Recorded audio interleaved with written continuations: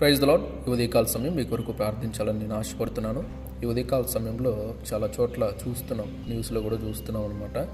ఏమంటే కన్న కొడుకులే తల్లిదండ్రులు వృద్ధులైపోయారని, వాళ్ళ వల్ల ఇంక ఉపయోగం లేదని ఎత్తి రోడ్డు మీద పడేస్తున్నారు, వృద్ధాశ్రమాల్లో పడేస్తున్నారు.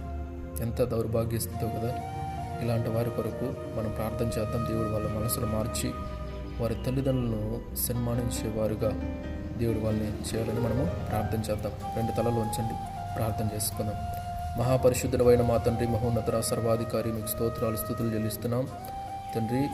ఈ ఉదయకాల సమయంలో మరొక నూతన దినాన్ని మాకు ఇచ్చారు, ప్రార్థించడానికి కృపనిచ్చారు. స్తోత్రాలు. ఈ ఉదయకాల సమయంలో మేము ప్రార్థిస్తుండగా మా మనవులు వినిచున్నందుకు స్తోత్రాలు.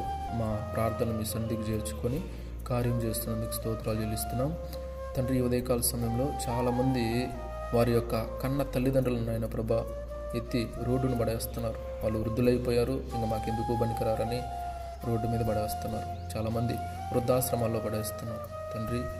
వారు కన్నారు ఆయన ప్రభా, కావాల్సిన అవసరాలను ఇచ్చారు, పోషించారు, ఇంత పెద్దవారిని చేసి మంచి స్థితిలో పెట్టారు. కానీ తల్లిదండ్రులను సన్మానించాల్సింది పోయి వారిని ఎత్తి రోడ్డును పడేస్తూ, వృద్ధాశ్రమాల్లో పడేస్తూ మాకు ఇంకా అవసరం లేదన్నట్టుగా చేతులు తెలిపేసుకుంటున్నారు తండ్రి. అలాంటి వారిని దర్శించండి. వారి శాపములు కొని తెచ్చుకునే ప్రమాదం ఉందయ్యా, వారికి తెలియజేయండి, దయచూపండి. మీ లేఖనాలు సెలవిస్తున్నాయి తండ్రి. దీర్ఘాయుష్మంతురగినట్లు నీ తల్లి నీ తండ్రిని సన్మానించమన్నారు.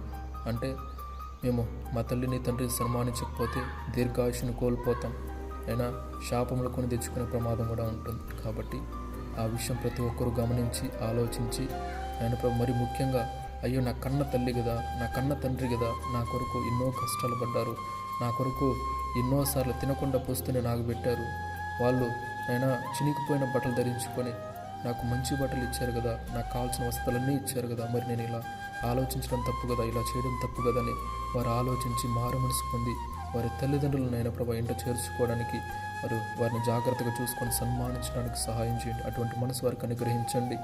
ఇప్పటికే అలా రోడ్డు మీద పడేసిన వారు ఉంటే వారు మారు మనసు పొంది వారి తల్లిదండ్రులను ఇంటికి తెచ్చుకోవడానికి సహాయం చేయండి. వృద్ధాశ్రమాల్లో పడేసిన వారు ఉంటే ఆ వృద్ధాశ్రమానికి వెళ్ళి వారి తల్లిదండ్రులు వారి ఇంటికి పిలుచుకొని వెళ్ళడానికి సహాయం చేయమని, ఆ రీతికి మారు మనసు కలుగు చేయమని ప్రార్థిస్తున్నాను. దయచూపండి, కృపను అందించండి. తల్లిదండ్రులను ఏ ఒక్కరూ నేనైనా బాధించకుండా వారిని దేవా సన్మానించే బిడ్డలుగా అందరినీ దీవించి ఆశీర్వదించమని కృపనివ్వమని, ఆ రీతికి మారు మనసు దయచేయమని మీకే వందనాలు స్తోత్రాలు చెల్లిస్తూ యేసయ్య అతి పరిశుద్ధ నామములో ప్రార్థించి స్తుతించి గణపరిచి మహింపరిచి మీ పాదాలను బట్టి వేడుకుంటున్నాము తండ్రి. ఆమేన్. దేవుడు మీ అందరిని దీవించి ఆశీర్వదించును గాక. ఆమేన్.